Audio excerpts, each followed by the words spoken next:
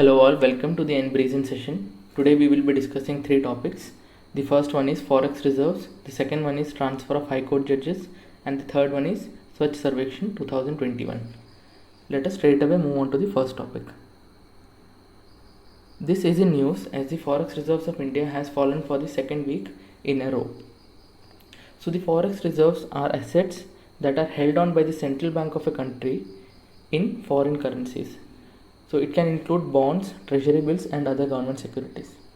The major components or the four components of the forex reserves are foreign currency assets denominated in foreign currencies, which can include dollar and other currencies. So for India, the majority of foreign currency is denominated in dollars.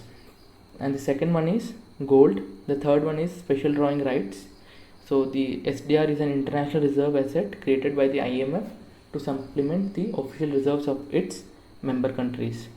So the amount of SDR that is allocated to a member is in proportion to the standing in the organization, that is the IMF. And the fourth component is the reserve transfer position at the IMF. So the reserve transfer is a proportion of the quota that the country maintains with the IMF, which it can designate for its own use. So as a proportion, we can see that the foreign currency holds the major component of forex reserves. Then comes gold, then the SDR allocation, and the last one is reserve transfer with the IMF. So the objectives behind holding forex reserves include supporting and maintaining confidence in the policies of monetary and exchange rate management. So if a government is having debt, external debt, so the forex reserves would be an assurance that the government would be able to repay its debt. Second one is providing the capacity to intervene in the support of national currency. So in the event of fall of the Indian rupee, or the strengthening of the dollar, the central bank can push dollars into the international market, thereby stabilizing the Indian rupee. Next, it limits the external vulnerability by maintaining foreign currency liquidity to absorb shocks during time of crisis.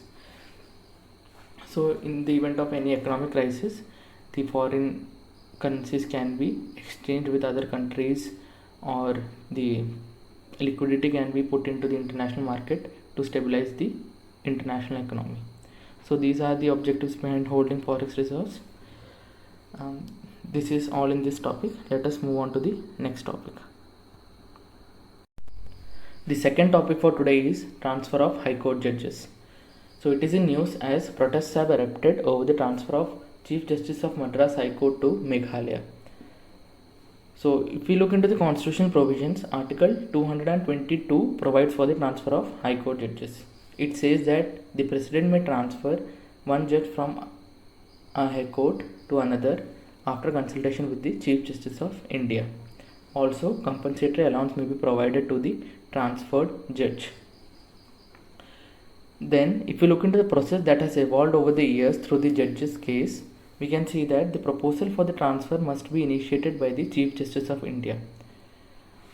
After the proposal is made, the views of the Chief Justice of the High Court to and from which the judge is transferred must be taken into account. Then further, the view of one or more Supreme Court judge may also be taken by the Chief Justice of India. After all these views are presented, these views are expressed in writing and the collegium decides on the case of transfer. Based on the recommendations of the collegium, the president finally makes the transfer. So the thing to be noted here is that the view or the consent of the judge who is going to get transferred is not required. So there are some issues prevailing regarding the transfer of High Court judges, which include the non-transparent manner in which the transfer is taking place. So the collegium does not disclose the reason for a transfer. So for the bar, it is seen that the transfer is based on some punitive grounds and not on merit or administrative efficiency. Second, some of the transfers have been untimely when a verdict on a case was pending.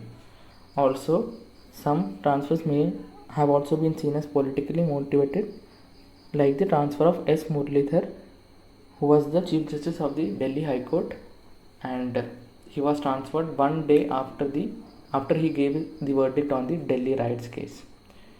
So these are some issues.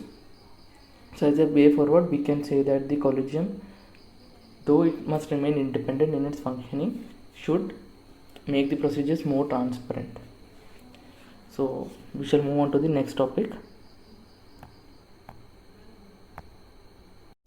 So the third and final topic is Swachh Sarvekshan 2021. So the results of the survey have been released for the year, and this program is basically a central government initiative to promote sanitation in urban centers in India.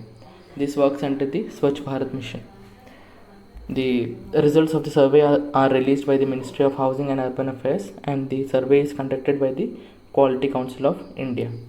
So based on the current year's ranking, Indore is the cleanest city in India, and it has consistently performed well for the past 5 years, remaining at the first spot throughout.